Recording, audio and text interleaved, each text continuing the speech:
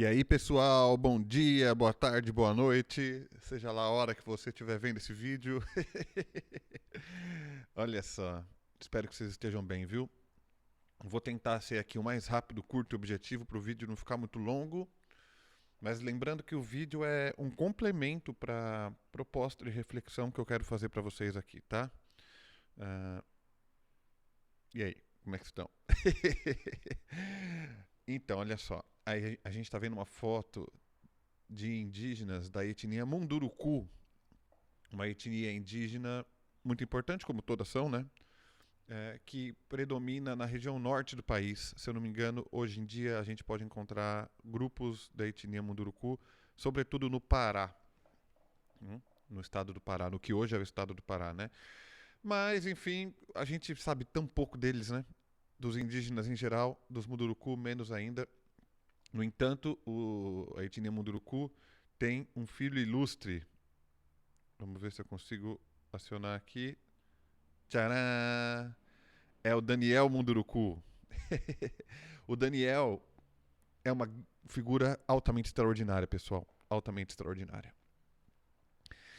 Uma das razões pela qual ele é uma figura extraordinária é porque ele aprendeu a circular no mundo dos não indígenas, dos brancos, né? Isso é uma coisa extraordinária do ponto de vista dos povos indígenas, né? Tanto que uma amiga que trabalha muito próximo com os Guarani aqui em Santa Catarina estava me explicando que o cacique, muitas vezes, ou né, hoje em dia, pelo menos, cacique se torna cacique aquele que consegue dialogar com o não indígena, com o branco, que consegue fazer a ponte de relação entre a comunidade indígena e o mundo exterior, né?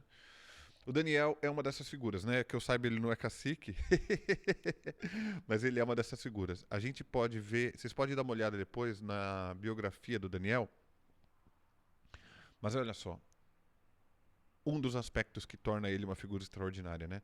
Ele tem 3 graduações, 3 faculdades, pessoal: filosofia, história e psicologia, mestrado em antropologia, doutorado em educação na USP, mestrado também pela USP, e pós-doutorado em literatura pela UFSCar, a Universidade Federal de São Carlos, né? No interior de São Paulo. O Daniel, além dessa formação vasta, ele é um autor de muitos livros, escreveu 52 livros, né? Não bastasse ele escrever tantos livros, ele tem ainda o grande mérito de escrever livro para jovens e crianças, né? Considerados infantos juvenis, né?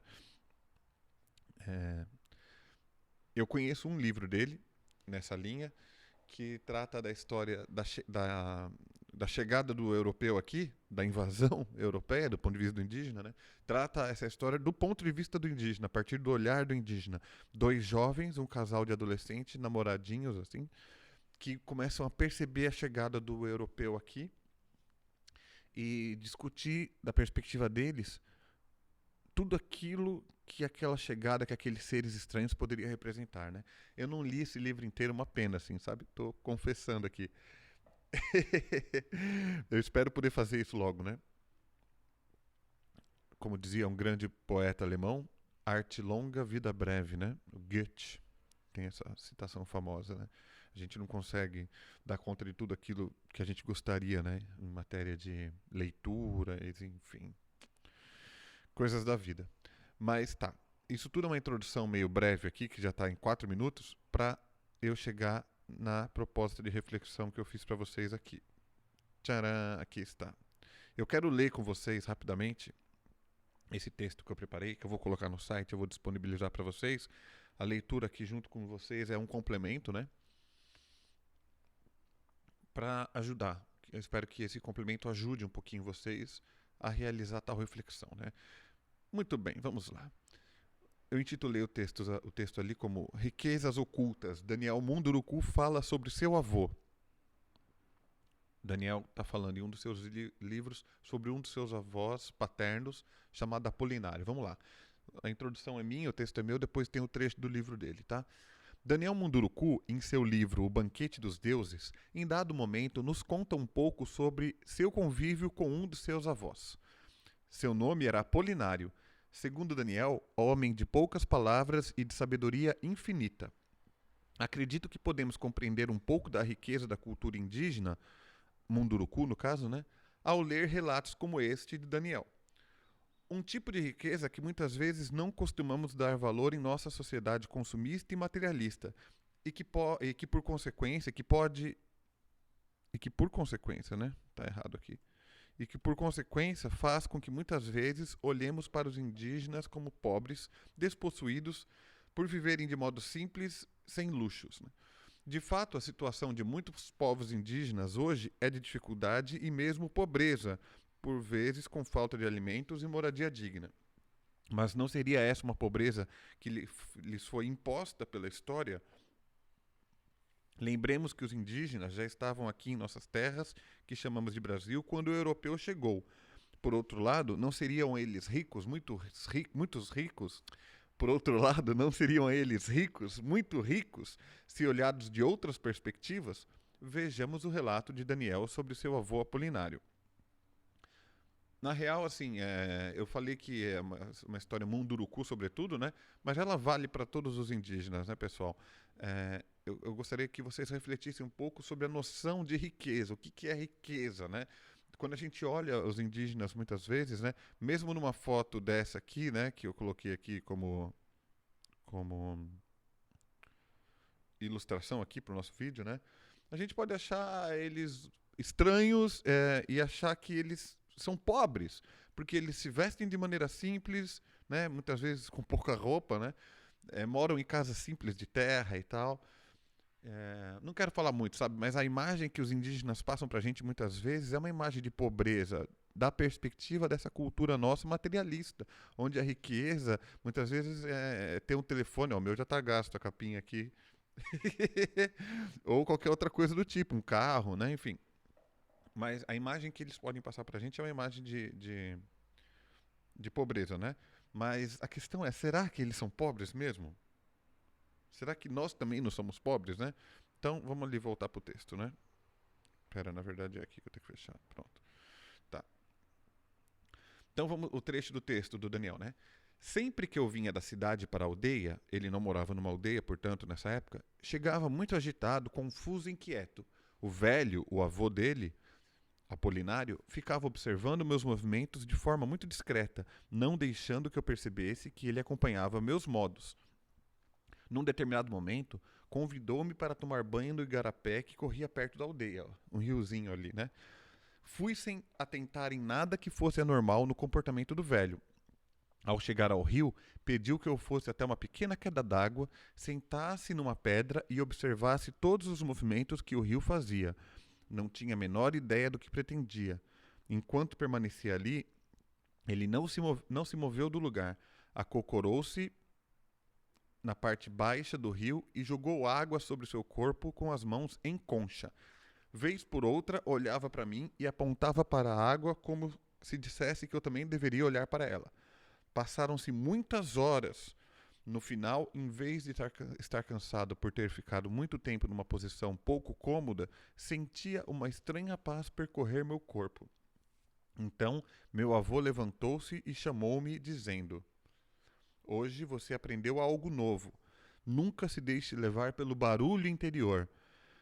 A gente tem que ser como o rio. Não há empecilho no mundo que o faça sair do seu percurso. Ele caminha lenta, mas constantemente. Ninguém consegue apressar o rio. Nunca ninguém vai dizer ao rio que ele deve andar rápido ou parar. Nunca apresse o rio interior. A natureza tem um tempo e nós devemos seguir o tempo dela. Em outra ocasião, o velho surpreendeu-me com uma coisa tão bonita que fiquei muito impressionado. Na última vez que fui à aldeia, ele me chamou de lado e, deitado na rede, sussurrou ao meu ouvido: Existem apenas duas coisas importantes que as pessoas devem saber para viver bem suas vidas. 1. Nunca devem se preocupar com as coisas pequenas. 2. Todas as coisas são pequenas.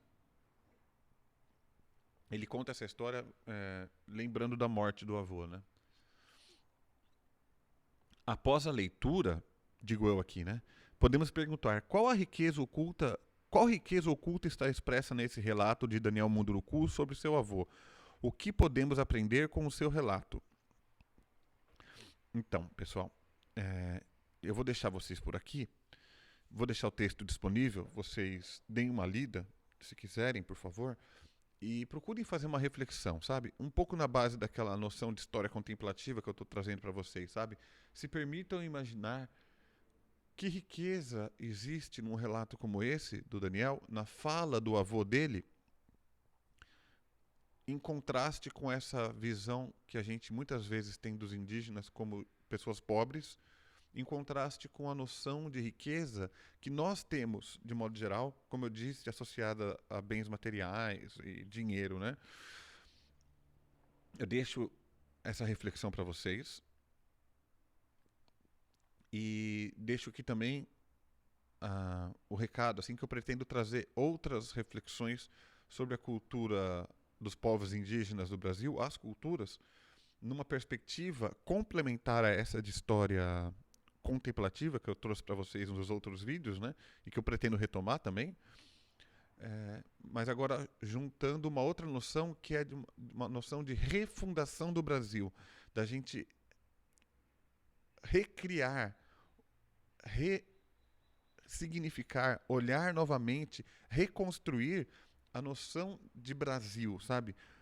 Uma noção que não exclua a cultura indígena a partir da sua própria perspectiva, a partir do próprio olhar do indígena, daí a riqueza e a importância do Daniel, porque ele é um indígena que fala para os brancos da perspectiva do indígena, e a partir desse olhar do próprio indígena, a gente refundar o Brasil, assim como a gente deveria fazer isso a partir do olhar dos povos afrodescendentes, das mulheres, dos pobres desse país, ou seja, de pessoas cujas visões normalmente não são consideradas.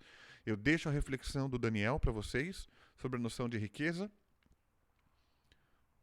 e a gente se vê no próximo vídeo, beleza, pessoal? Cuidem-se bem, por favor, usem máscaras, evitem aglomerações, lavem bem sempre as mãos, higienizem as compras dos supermercados, tomem cuidado, a gente está passando pelo pior momento da pandemia. Cuidem-se bem, espero reencontrar vocês logo, tô com saudade. A gente se vê, tá, pessoal? Até o próximo vídeo.